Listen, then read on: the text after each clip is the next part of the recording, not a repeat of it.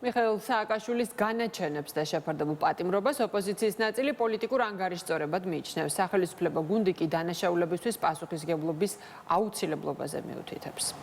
გახსოვთ პრეზიდენტი სააკაშვილი როგორ ამბობდა ხოლმე, რომ ქვეყნის აღმშენებლობისთვის ოკუპანტის სახელით ივანიშვილის რუსული რეჟიმი მას უსჯიდა სამუდამო პატიმრობას და პრაქტიკულად ეს მოვისმინეთ დღეს ეგრეთ წოდებული სასამართლოს დარბაზში, რომელიც იქცა უსამართლობის, უკანონობის ბუდეთ პრეზიდენტი სააკაშვილის მიმართ, როგორც მთავარი პოლიტიკური ოპონენტი ბიძინა ივანიშვილის, მაგრამ ასევე ათეულობით სხვა პოლიტპატიმრის მიმართ, რომელთა სასამართლოებიც სიმბოლურია, მაგრამ პარალელურ რეჟიმში მიმდინარეობს ხოლმე, მაშინ, როდესაც ისჯება ამ ქვეყნის მთავარი მედასავლეთე პუტინის მთავარი მოწინააღმდეგე პოლიტიკოსი და ქართული თანამედროვე სახელმწიფოს შემქმნელი პრეზიდენტი სააკაშვილის სახით. მას პირადად ბიძინა ივანიშვილი და ეს რეჟიმი ებრძვის, იმიტომ რომ არ ეხილონის თავისუფლებაზე, მისი ეშინიათ როგორც მთავარი პოლიტიკური ოპონენტის და მაქსიმალურად ყველაფერს აკეთებენ იმისათვის, რომ მიშა სააკაშვილი იყოს საკანში და იზოლირებული. საზღვრის კვეთაზე და საიმიგრაციო წესების დარღვევაზე მთელ მსოფლიოში ეს პრაქტიკა საქართველოშიც ასახდება, ყველას კარგად მოგვეხსენება, სწორედ ამიტომაც აღნიშნა ადვოკატმა ესეთი ამბავი ბოლო პერიოდში კი საერთოდ არ გაუგია, არის საიმიგრაციო დაკავების იზოლატორები 2-3 კვირა აჩერებენ ადამიანს და შემდეგ ან დეპორტაციას აკეთებენ, ან ქვეყანაში ტოვებენ, ან იღებენ შესაბამის გადაწყვეტილებას.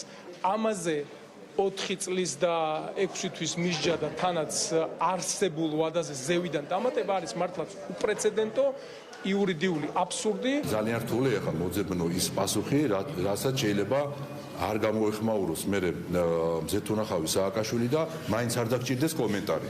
იმიტომ რომ ამაში ნამდვილად ფენომენალურია, იმიტომ რომ საერთოდ არაფერ შუაში როა ესეთ კომენტარს აკეთებს. ამიტომ მის მომხრეების რო შეეკითხო, რა მოხდა მე გადმოლახა საზღვარი და თავის ქვეყანაში შემოვიდაო. ანუ კანონი არ დაურღვევიაო. აი ეს არის მათი ასეთი მიდგომა. არ შეიძლება ქვეყნის უკანონოდ გადმოლახა თან იმ პრეზიდენტის, რომელიც ამბობს, რომ 9 წელი აქ ქვეყანას აშენებდა და აქედანაც გაიპარა და დატოვა საქართველოს მოქალაქეობა და იქიდან საქართველოს მოქალაქე არ იყო და ისე შემოიპარა ყოფილი პრეზიდენტი. ჩვენ ძალიან კარგად გვახსოვს მიხეილ სააკაშვილი არაჟნების კონტეინერით როგორ შემოიპარა საქართველოში, როგორ ჩატარდა ედგვარი სპეცოპერაცია მაღალი ალბათობით სხვა ქვეყნის